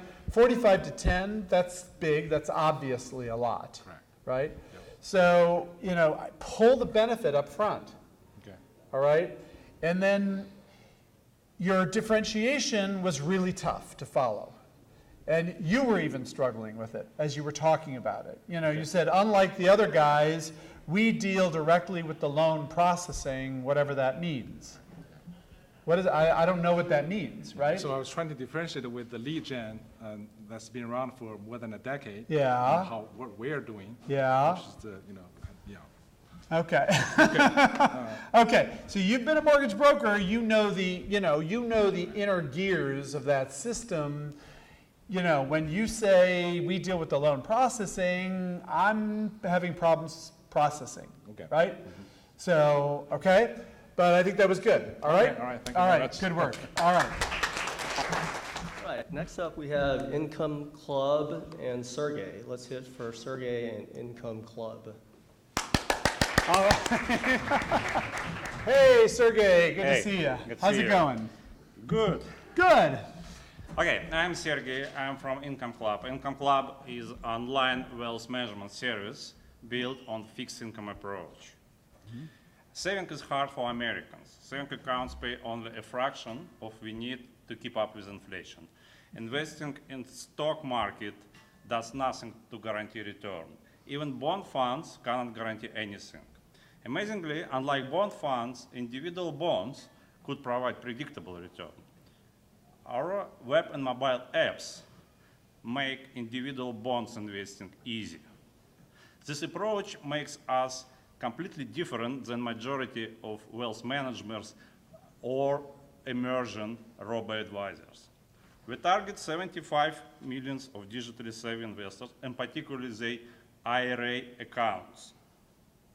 We make money by charging just 0.25 percentage point on asset under management annually as an advisory fee. Okay. All right. Okay. Applause, applause, applause. Okay. Sergey with, remind me the name of your company. Income Club. Income Club. Income Club. All right. I wonder, for some reason that didn't stick, even though when you said it, I thought Lending Club, Income Club. Okay. So, we provide wealth management on a fixed income model. Yes. Is that what I heard? Yes. Okay. And then you went into about 25 seconds of saying, guess what? You said Americans have a hard time saving money. Savings accounts don't pay anything. Stock market doesn't provide you with any guaranteed results. Something else you said. And then you said, eventually, somehow you enable me to invest in individual bonds. Correct. And so you take 0.25%. Yes. Okay. What did I miss? Was Nothing. that was it? Okay. All right. So, but you heard in my replay, I didn't really hear a process a bunch in the middle. I would also say, again, the sentence, Americans have a hard time saving,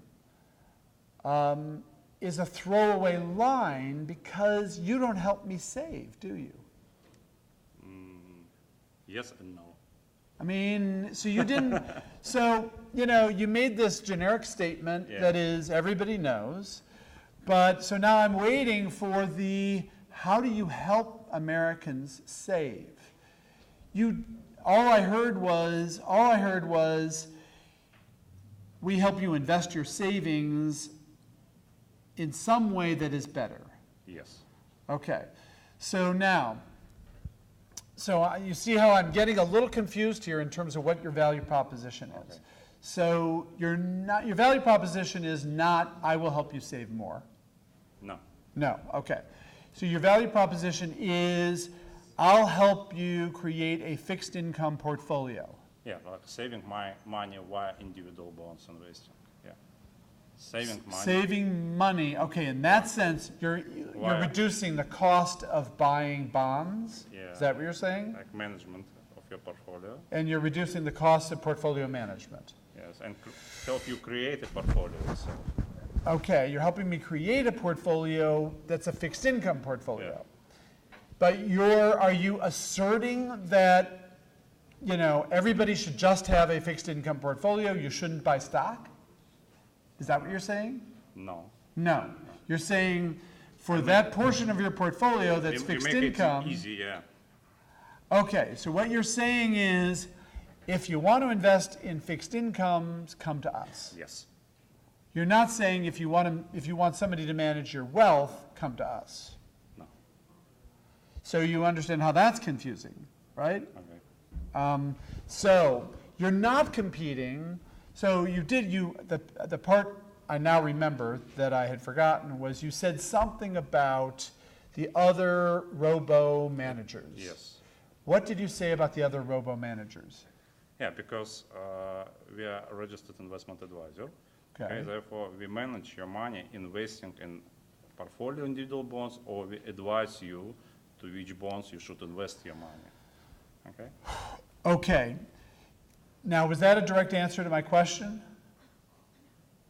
No, I asked you about, you know, you described what you do, Yeah. you didn't describe how you're different than the robo managers, right? Right. So that's not crystal clear. So you're forcing me to process more than I can process in real time, Okay. right? So, okay, but that was good, all right? Okay, good. All right, thank you, Sergey. All right. Okay, next up, we have You Local and Eduardo. Let's hear it for Eduardo and You Local. Eduardo, come on down.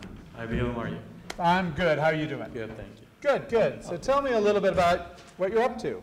Yeah. So, Bill, guys, imagine you're traveling to another place and you're not sure about what to do.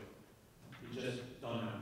So what do? You go on Google, you go on TripAdvisor, and you find the same 5 or 10 most touristy places. And that's kind of important. If you want to know about different places, you have to go through dozens of lengthy, boring, written reviews. And we know that travelers want to do what the locals do, because only the locals know the very interesting and exciting places that a city has to offer. So we came up with a solution, You Local. You Local is a social and travel apps for travelers and locals. Open You Local on your phone, search for a city and a category you're interested in, and you will find a list of local people you can directly call or chat, worldwide and for free. Benefit is you can find travel information in a social way, fun, and like other local apps for free. Thank you. Okay, good job. Okay. So, I'm Eduardo with You Local. So then you said, okay, when you travel, imagine you're traveling and you go someplace and you don't know what to do. You just don't have anything to do. And so you could go to these other places and go to the tourist spots, but nobody wants to go to the tourist spots. People want to go do the things that the locals do. So we help you contact locals so you can do what the locals do. Right? Perfect. Okay, perfect. All right. The challenge here is you said almost all of that as soon as you said, hi, I'm Eduardo with you local. Right? So you could have said all of that in 10 seconds.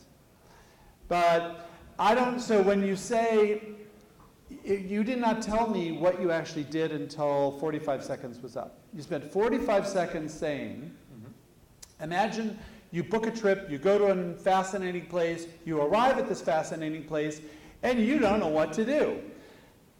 Okay, how many people have booked a trip and gone to a fascinating place, arrived at a fascinating place, and thought to themselves, I don't know what to do? Okay, we got one person. Why the hell did you go there in the first place? Okay, right, all right, okay. So I'm being harsh, but I think, your scenario, this imagine if you paint, right? It sort of sounds clever, but it doesn't ring true.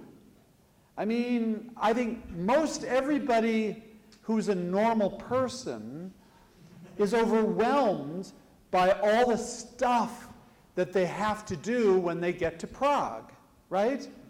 There you are in Prague, and you can say, oh crap, I've only got a day and a half in Prague. How am I going to jam everything into a day and a half? And you're saying, no, most people arrive in Prague and think, God, here I am in Prague. What am I going to do? Right? Now, I'm sorry, right? So I really want to push you on this, because the other side of the coin is I've heard, I'm exaggerating a little, but at least 12 pitches for, we're going to connect you with a local person who will give you an authentic experience in whatever town or city you're in. So I've heard 12 pitches. So I imagine there are 120 pitches out there of companies that are connecting people with locals to give them authentic experiences while they're traveling. So that's going on in the back of my head, and you never preempted that. You spent 45 seconds giving me this unrealistic story. So have you heard of any other companies doing what you do? Not with calls as we do it for free. Not with what? Calls. Phone calls. Phone calls. Not with phone calls? So you're saying phone calls is a compelling differentiator? Yeah. Phone calls is a compelling. So when you say not with phone calls, what do you mean? Do you mean that they talk to me while I'm walking around and they say, now you're looking at the... No, that's not what you mean, is it? No. Oh, okay. What do you mean by phone calls? That you search for a seat in a category, and instead of finding reviews like on TripAdvisor, you find locals, and you can call them directly. Okay. So I say, hey, Yelp recommends that I go to this restaurant, tell me the truth. Yeah. Is that basically what you're saying? Also, yeah. Okay, I'm almost there. And then, okay. So, and not for free, all right.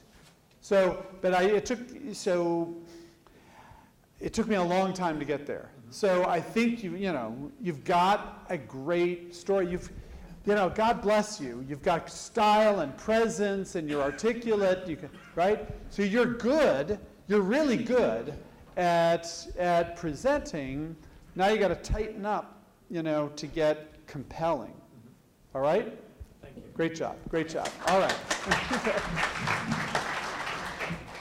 Okay. Okay, last but not least, we have Blue Pods and Gautier. So let's hear it for Gautier and Blue Pods. All right. Hey. Hello. Gautier. Gautier. Very good to meet you. Nice to meet I'm you. Bill. So So what's Blue the name? Pods. It's Blue Pods. Blue Pods, no E in blue. Got it. It's a group messaging app that addresses the needs of school teachers, sports coaches, and other coordinators that are trying to get things done, but in real life. So you know what they use today? They've got to use some combination of emails or social tools to coordinate these activities. And these are engaged, and the engagement is defined by likes and shares or volume of unstructured data, when what they need is participation. Okay. So what we do within Blue Pods is that we have these classrooms, these sports teams are pods, and the organizers of these pods send actions. Do you want to volunteer to this activity? Are you coming to this meeting? Please sign this permission slip. And all the followers have to do is answer these messages with just one tap. And the difference is that we get participation levels of 75%, when today it's very often between 5 and 10, depending on the type of group. Okay. Maybe one thing about the credible part is we just signed our first 50,000 user customer. Okay. So that makes it credible. All More right. credible. All right. Thank you. Thank you. All right. Good.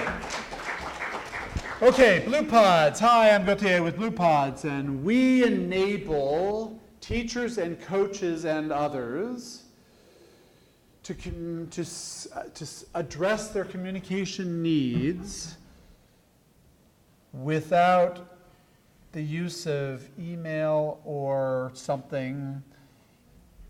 And then you said something about the real world. To get things done in the real world. To So get about things coordination done for in the real world world. activities. Okay, so to get things done in the real world.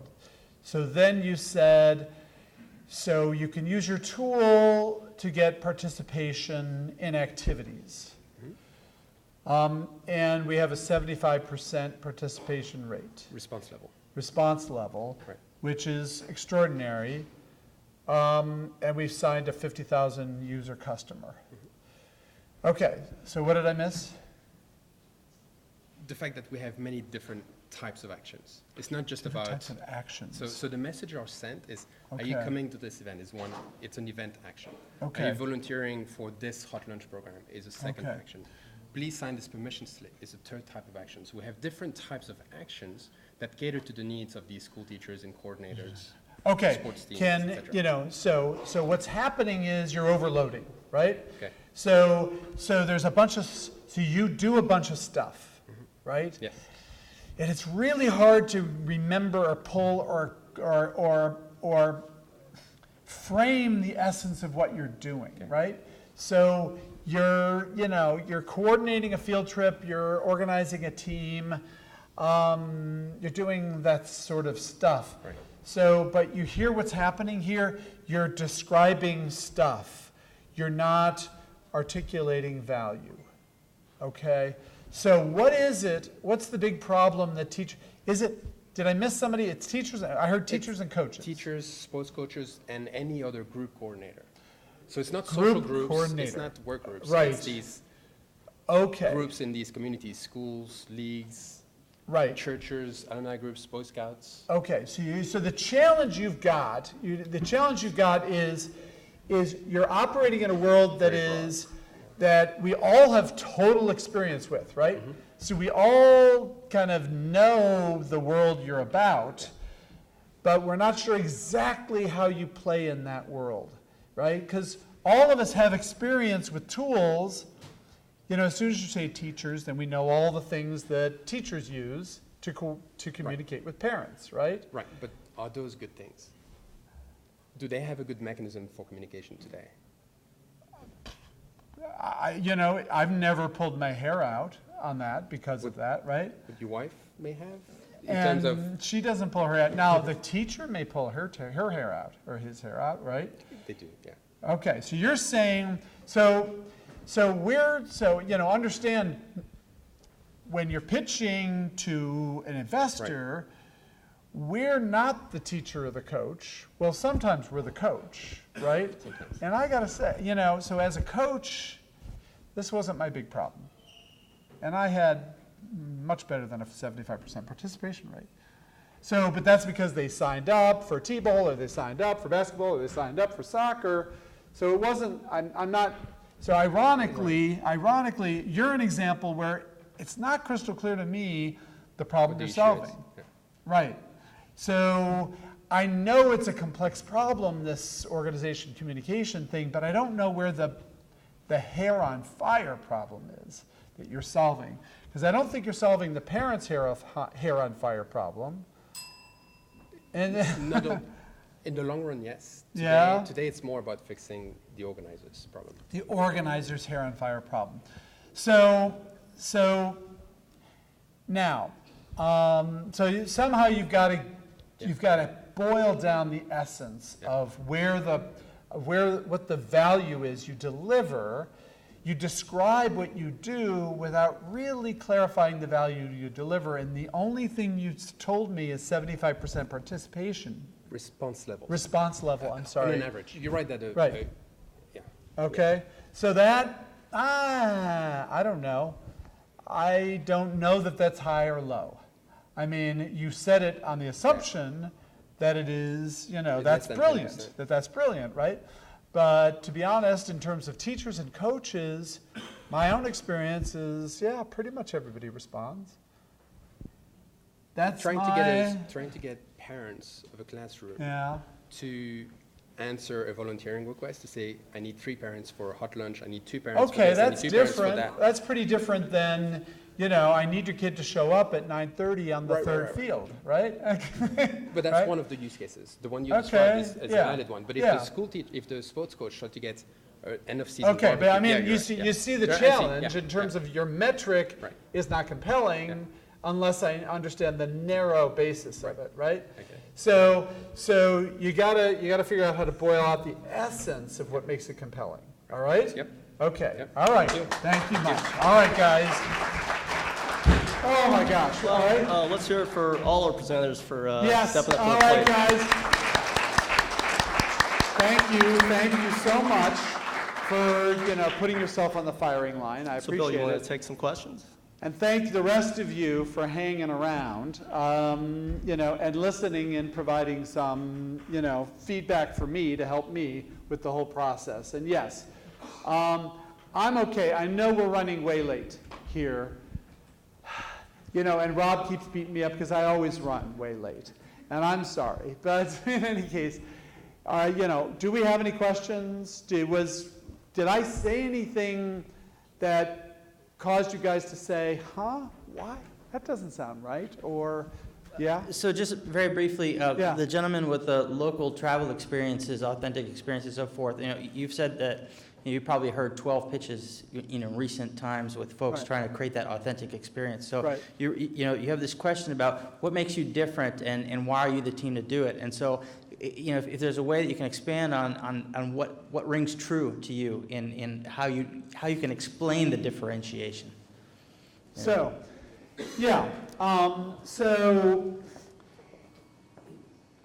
the best way to articulate your differentiation is going to vary from business to business. Frequently, sort of in some cases, you've got something that nobody else has. So in some cases, you have a unique technology that nobody else has. So we're talking with a company right now that came up to me and said, we can accelerate big data analytics by a factor of 100x. And we go, and my reaction basically to my reaction to them was, you are lying to me. Right? That was literally that was my reaction. I don't trust these people because they have to be lying. But nevertheless, they were effective at convincing me to hear more. They said, we ran a pilot for this major brand name organization that demonstrated our efficacy, and so credibility, I gotta listen, something's going on here. We brought in some PhDs, long story short, they had a unique and compelling breakthrough technology. It's extraordinary stuff, right? So now, Trip Local, it's going to be harder. You don't have unique and compelling technology. So their differentiation is not going to be a technology differentiator. So perhaps their best way of articulating it is, again, the comment I made before about putting the differentiation words, the value proposition words, into their customers' mouths, which is to say, there are a lot of other companies out there offering authentic local travel experiences. The reason our customers have chosen us, or even better, if you can say, the reason 45,000 registered users have chosen us is because we do ... right? Assuming that ... truly is different, and compelling. So ideally, you've got at least customer prospects, if not actual customers, and ideally, somebody loves what you're doing. If nobody loves what you're doing, why do you get up in the morning, right? So God bless, somebody better love what you're doing. And there should be a reason they love it. So what is that reason? Figure that out. Okay? Thank you. Yeah. My question is related to the names, right?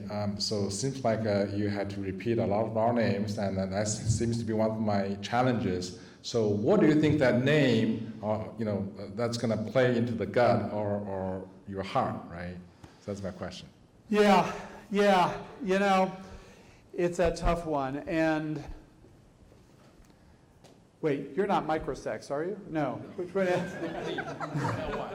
Lonely. That's right. You're lonely, right? Okay, sorry. You're lonely.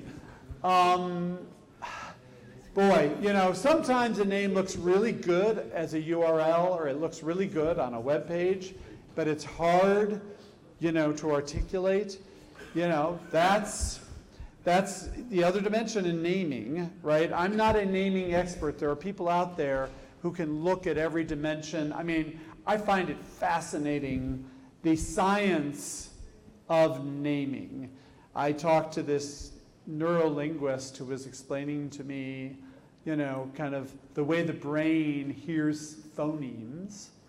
And, literally what did she say? The oo sound,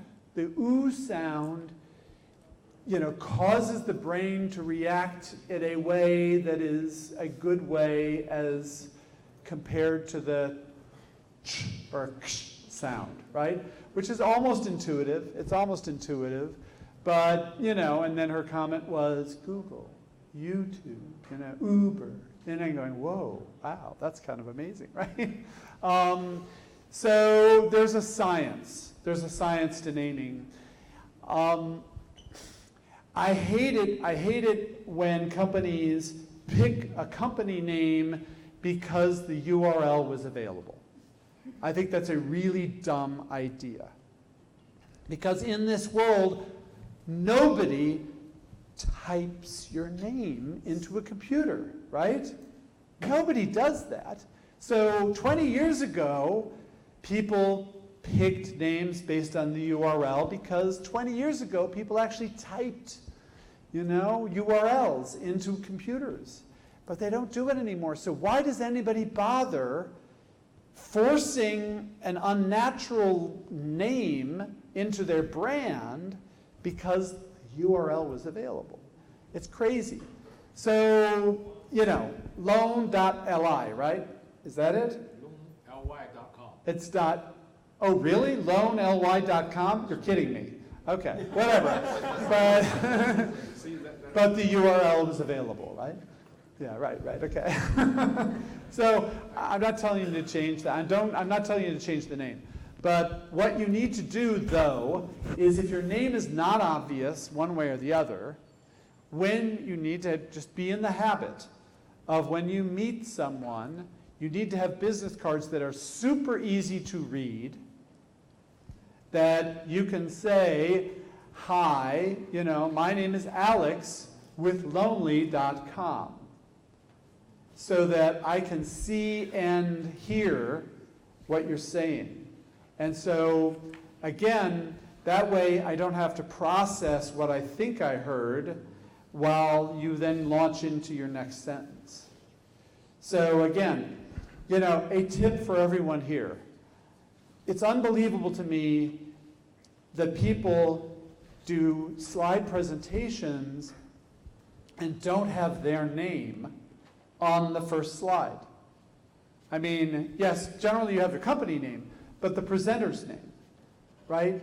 If you put a slide deck up, why would you have a title slide that doesn't have your name on the title slide? Well, it's because you assume that because you said, hi, my name is Alex, that everybody remembers your name. The challenge is, I mean, again, I'm not brilliant with names, but I don't think I'm that far below average. Frequently, I'm sitting there listening to the pitch, hoping that when they get to the team slide, I'll recognize the guy who's talking so I can recover his name, right? I mean, that's absurd. You know, and then another stupid thing, why don't you have the name of your company on every single slide? I mean, again, it's stunning to me how many pitch decks don't have the name of the company on every single slide. You should have your name logo on every single slide.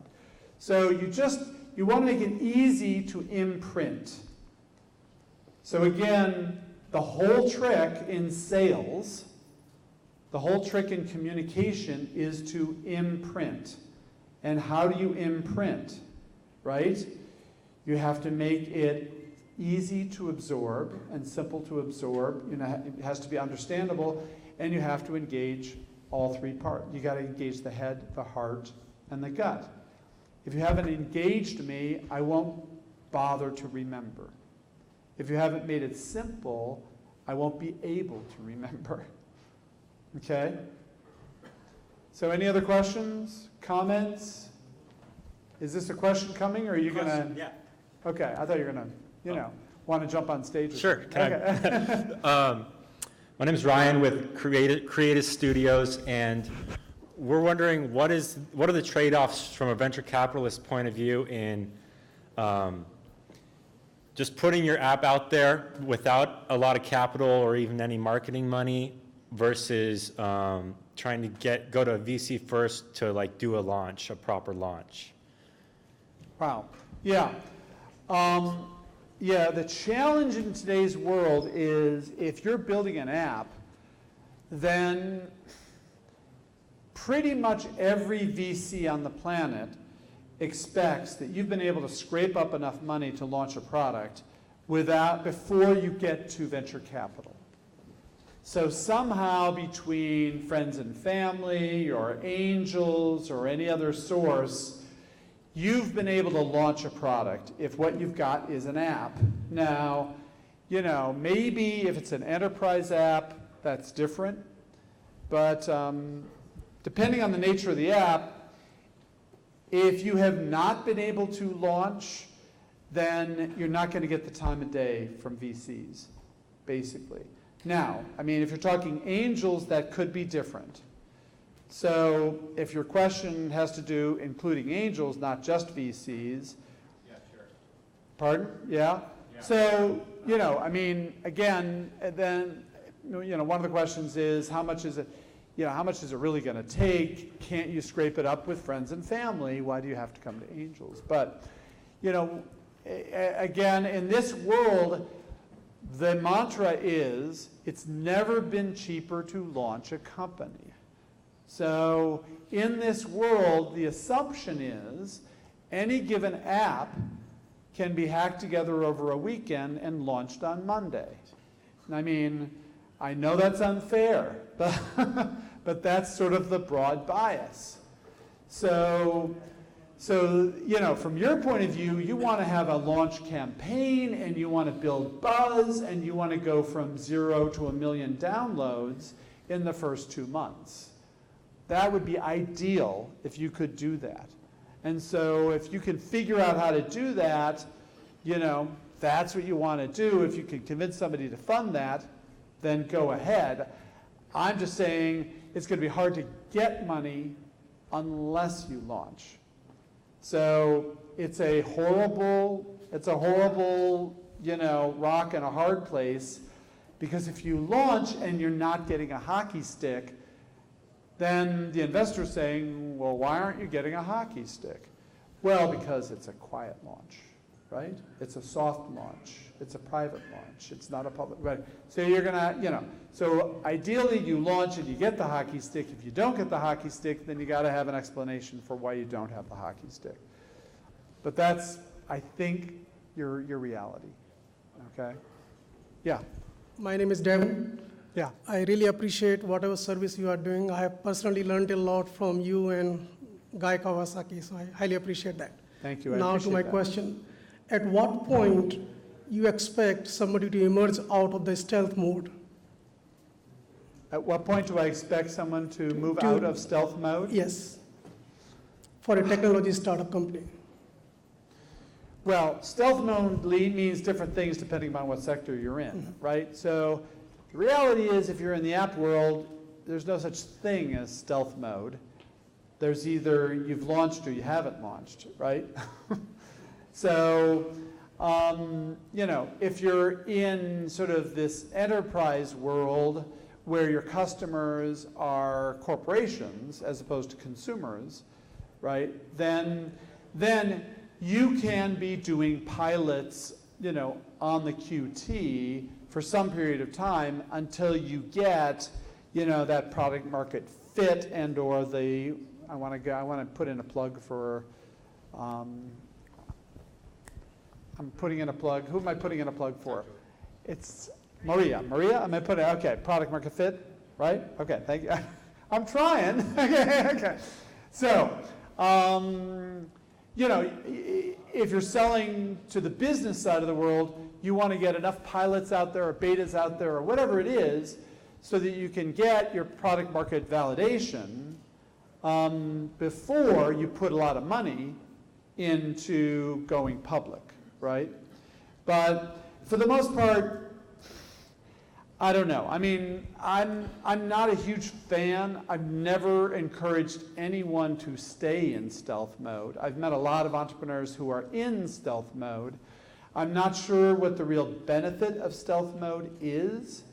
You know, I can imagine some exceptions, but the reason that most people think there's a value to stealth mode is because most people think there's such a thing as a first mover advantage. So, you know, people seem to think that if I keep my idea quiet, then nobody will steal it from me, and then nobody will beat me to the market.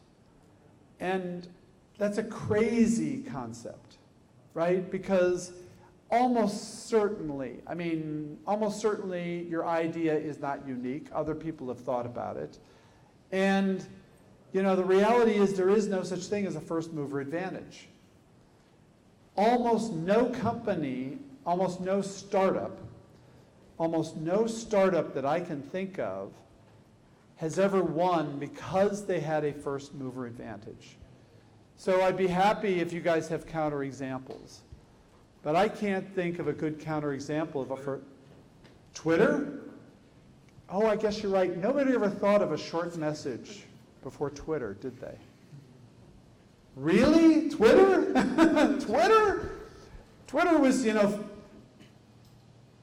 how many years? 15 years into 15 years after short messages were invented, Twitter comes up with this idea, which is what?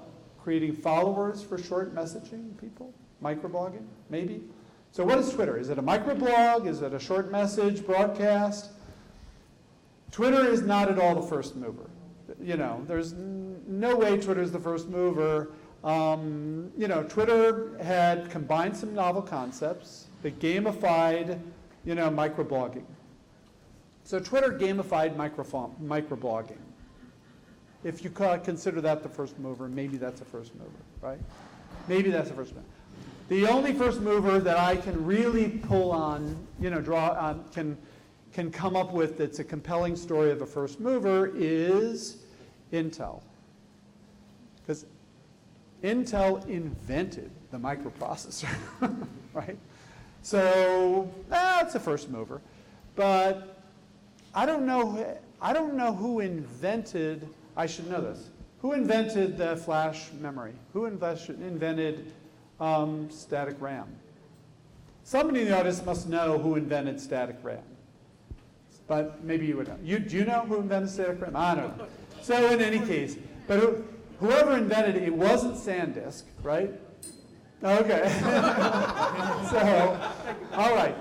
So I think my time is up. So I appreciate your patience, but thank you so much. All right.